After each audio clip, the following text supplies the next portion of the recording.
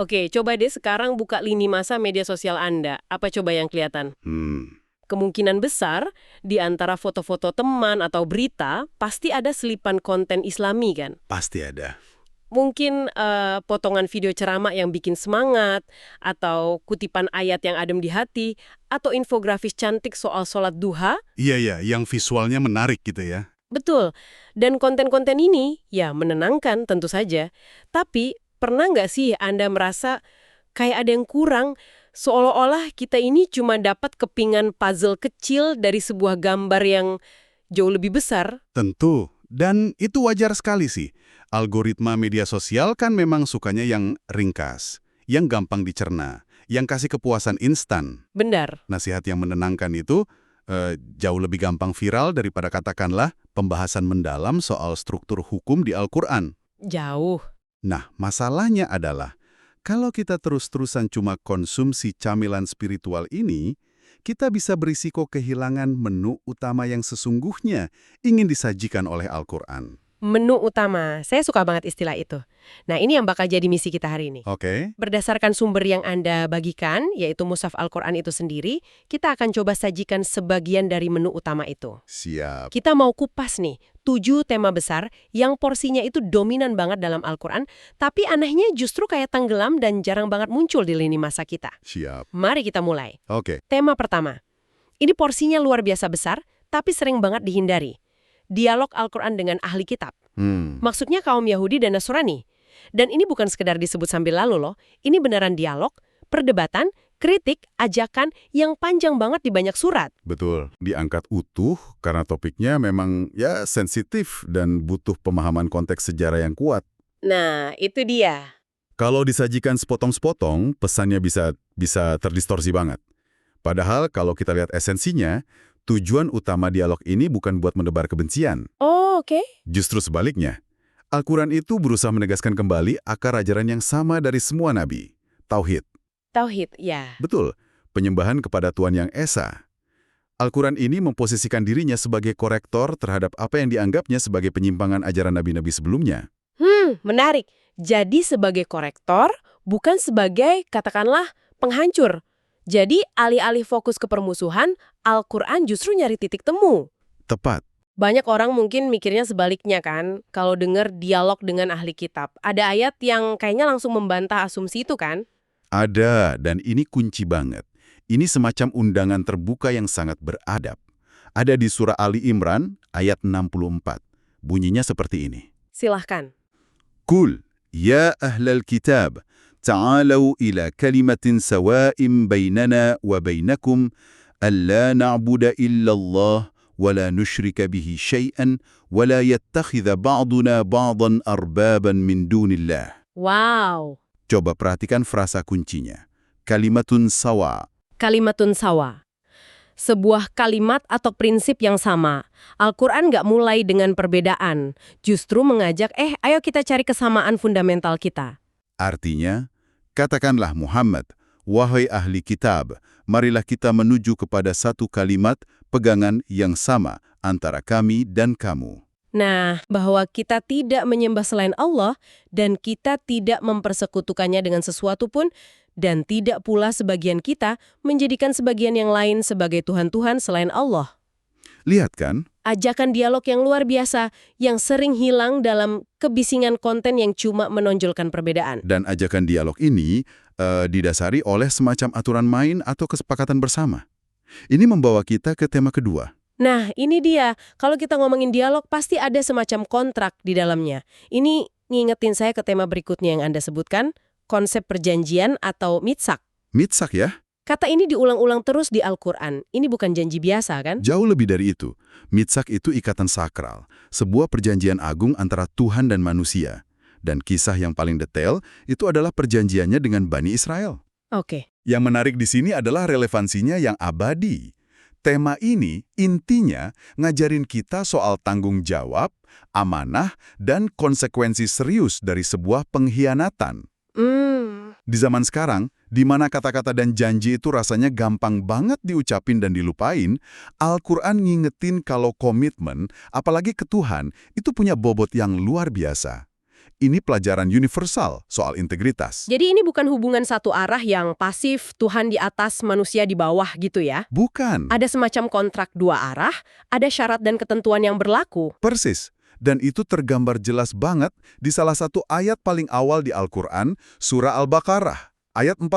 Mungkin Anda mau bacakan. Tentu. Ya Bani Israel, izkuru ni'mati allati an'amtu alaikum, wa aufu bi'ahdi ufi bi'ahdikum, wa iyaya farhabun. Artinya, wahai Bani Israel, ingatlah nikmatku yang telah aku berikan kepadamu, dan penuhilah janjimu kepadaku, niscaya aku penuhi janjiku kepadamu, dan hanya kepadakulah kamu harus takut. Penuhi janjimu, niscaya aku penuhi janjiku. Timbal balik ya. Hubungan timbal balik ini kuat banget. Ini menantang narasi populer yang kadang menyederhanakan hubungan dengan Tuhan seolah-olah cuma soal minta dan dikasih, tanpa ada kewajiban. Iya. Konsep Mitsok ini menegaskan bahwa iman itu komitmen aktif, bukan kepasrahan yang pasif. Dari komitmen aktif, ini kayaknya jembatan yang pas banget ke tema ketiga, yang menurut saya paling mengejutkan, perintah untuk menggunakan akal. Nah, ini dia. Banyak yang mikir kitab suci itu ya udah buat dibaca dan diimani saja. Tapi Al-Quran justru berulang kali nyuruh kita, hey, pikirkan ini, renungkan ini. Betul. Kata-kata kayak takkilun, kamu menggunakan akal, atau ya tafakkarun, kamu berpikir, itu tersebar di mana-mana. Ini pertanyaan penting. Kenapa pesan sekuat ini jarang jadi headline di media sosial sih? Nah, kenapa ya? Mungkin ya karena ajakan buat berpikir mendalam itu kurang menjual dibanding kutipan yang langsung kasih ketenangan. Betul. Meditasi dan perenungan kan butuh usaha, butuh waktu. Sementara lini masa kita nuntut kecepatan. Padahal Al-Quran kayaknya mau bilang iman yang kokoh itu bukan iman yang buta, tapi iman yang lahir dari proses bertanya, merenung, dan berpikir. Ada satu ayat yang menurut saya provokatif banget soal ini, yang seolah-olah nantang pembacanya. Di surah An-Nisa ayat 82. Iya. Ayat yang luar biasa. Bunyinya? Afalai yatadabbarunal Qur'ana, walau kana min indi ghairillahi lawajadu fihi ikhtilafan katsira. Maka tidakkah mereka menghayati Al-Quran? Sekiranya Al-Quran itu bukan dari Allah, pastilah mereka menemukan banyak pertentangan di dalamnya. Itu dia. Pastilah mereka menemukan banyak pertentangan. Ini kan bukan cuma ajakan, tapi tantangan terbuka. Tepat. Ayat ini nggak bilang, percaya saja padaku. Ia justru seolah bilang, jangan percaya begitu saja. Uji aku. Periksa isiku dari depan sampai belakang. Kalau kamu temukan satu saja pertentangan, gugurlah klaimku. Wow. Ini adalah sebuah pernyataan percaya diri yang luar biasa pada kekuatan nalar pembacanya. Sebuah undangan untuk melakukan uji konsistensi internal. Pesan kayak gini jarang banget kita temukan di konten-konten populer. Dari ajakan untuk menguji secara kritis, kita masuk ke tema keempat yang juga butuh keberanian buat membahasnya, yaitu kritik internal. Al-Quran itu nggak cuma bicara soal dua kutub, mukmin dan kafir. Ada kategori ketiga yang dibahas detail banget dan dianggap paling bahaya. Musuh dalam selimut. Kaum munafik atau nifak. Betul, musuh dalam selimut. Dan kalau kita hubungkan ke gambaran lebih besar, pembahasan soal kemunafikan ini fungsinya kayak mekanisme kontrol kualitas internal buat komunitas beriman. Oke. Al-Quran menguraikan ciri-ciri mereka dengan sangat detail. Bermuka dua, di depan ngaku beriman tapi di belakang olok-olok, sukanya berfitnah buat mecah belah, malas ibadah, selalu menghindar dari tanggung jawab. Kenapa ya pesan sekeras ini justru jarang kita dengar? Apa karena terlalu menyakitkan buat didengar? Bisa jadi. Mungkin karena pesan ini maksa kita buat introspeksi. Jauh lebih gampang dan nyaman kan buat nunjuk kafir atau musuh di luar sana. Betul. Daripada nyari sifat-sifat munafik di dalam diri kita sendiri atau komunitas kita. Ini butuh kerendahan hati yang luar biasa. Iya sih. Penggambarannya sangat psikologis. Coba deh lihat. Di surah Al-Baqarah ayat 14. Saya bacakan. Wa idza laqul ladzina amanu qalu amanna. Wa idza khalau ila syayatinihim qalu inna ma'akum innama nahnu mustahzi'un. Nah. Artinya, dan apabila mereka berjumpa dengan orang-orang yang beriman, mereka berkata, kami telah beriman. Tetapi apabila mereka kembali kepada setan-setan para pemimpin mereka, mereka berkata, sesungguhnya kami bersama kamu, kami hanya berolok-olok. Tajam sekali kan? Wow, penggambaran psikologisnya tajam sekali. Sangat gamblang. Sangat. Ini cermin yang tajam banget. Pertanyaannya bukan siapa di antara kita yang munafik, tapi Apakah ada sifat-sifat ini dalam diriku? Sebuah pertanyaan yang nggak nyaman, tapi penting banget. Nah, dari melihat ke dalam diri, ayo kita coba lihat keluar. Ini tema kelima yang menurut saya juga sering disederhanakan. Alam semesta. Betul. Di media sosial kan banyak banget foto pemandangan indah dengan kutipan ayat. Tapi kayaknya Al-Quran membahas alam jauh lebih dalam dari sekedar estetika deh. Jauh lebih dalam. Al-Quran secara konsisten menyajikan alam semesta sebagai ayat. Ayat artinya tanda? Betul, sebuah tanda yang bisa dibaca oleh mereka yang mau berpikir. Keteraturan kosmos, siklus air, pergerakan planet, pergantian siang malam, semuanya disajikan sebagai bukti yang bisa diobservasi. Oke. Al-Quran seolah-olah ngajak kita jadi ilmuwan spiritual, mengamati fenomena alam buat menemukan jejak sang pencipta. Jadi ini semacam jembatan antara sains dan spiritualitas yang sering kita lupain ya. Persis. Kita sibuk sama rumus fisika dan biologi, tapi lupa siapa yang ngerancang hukum-hukum alam itu. Persis. Alam bukan cuma latar belakang yang indah, tapi ia adalah teks raksasa yang terbuka buat dipelajari. Ada satu contoh indah di surah Al-An'am ayat 97. Coba. وَهُوَ الَّذِي جَعَلَ لَكُمُ النُّجُومَ لِتَهْتَدُوا بِهَا فِي ظُلُمَاتِ الْبَرِّ وَالْبَحْرِ قَدْ فَصَّلْنَا الْآيَاتِ لِقَوْمٍ يَعْلَمُونَ. Artinya? Dan dialah yang menjadikan bintang-bintang bagimu agar kamu menjadikannya petunjuk dalam kegelapan di darat dan di laut. Sungguh, telah kami jelaskan tanda-tanda kebesaran kami kepada orang-orang yang mengetahui. Nah, kan? Di zaman dulu, bintang itu kan GPS-nya para pelaut dan pengelana. Mereka membaca bintang buat nemuin arah. Tepat. Dan secara metaforis, Al-Quran seolah bilang, lihat keteraturan di langit itu, pelajari polanya. Pakai itu untuk menemukan arah dalam hidupmu. Arah spiritualmu kembali kepada Tuhan. Alam menjadi kompas bagi jiwa yang mencari. Dari membaca tanda-tanda di alam, kita pindah ke membaca tanda-tanda dalam sejarah. Ini tema ke-6, kisah kehancuran umat-umat terdahulu. Sebagai peringatan. Betul, sebagai peringatan. Kisah kaum Ad, Samud, kaum Lut, Fir'aun. Di media sosial, kisah-kisah ini kadang cuma jadi cerita petualangan atau horor. Padahal Al-Quran itu sangat analitis dalam memaparkan sebab musabab kejatuhan mereka. Ini bukan sekedar cerita tentang azab, tapi studi kasus tentang penyakit sosial yang menghancurkan sebuah peradaban. Penyakit sosial, oke. Penyakitnya apa saja? Polanya selalu berulang. Kesombongan kolektif, ketidakadilan ekonomi yang merajalela, kerusakan moral, dan penolakan terhadap suara-suara kritis yang bawa peringatan. Jadi ini bukan cuma cerita horor soal azab, tapi lebih kayak studi kasus sosiologis gitu. Tepat sekali. Ini peringatan sosiologis yang sangat kuat. Pesan ini mungkin kurang populer karena nadanya keras, tapi tujuannya bukan buat nakut-nakutin. Oke. Tujuannya adalah agar kita belajar dari sejarah dan gak mengulangi kesalahan fatal yang sama. Surah Al-A'raf ayat 4 menggambarkannya dengan sangat ringkas dan lugas. Wa kamin qaryatin ahlaknaha faja'aha ba'suna bayatan aw hum qailun. Nah, Artinya, betapa banyak negeri yang telah kami binasakan, siksaan kami datang menimpa penduduknya pada malam hari atau pada saat mereka sedang beristirahat pada siang hari. singkat dan menusuk. Pesannya jelas sekali, sebuah peradaban bisa sangat rapuh dan kehancuran bisa datang di saat yang paling gak terduga.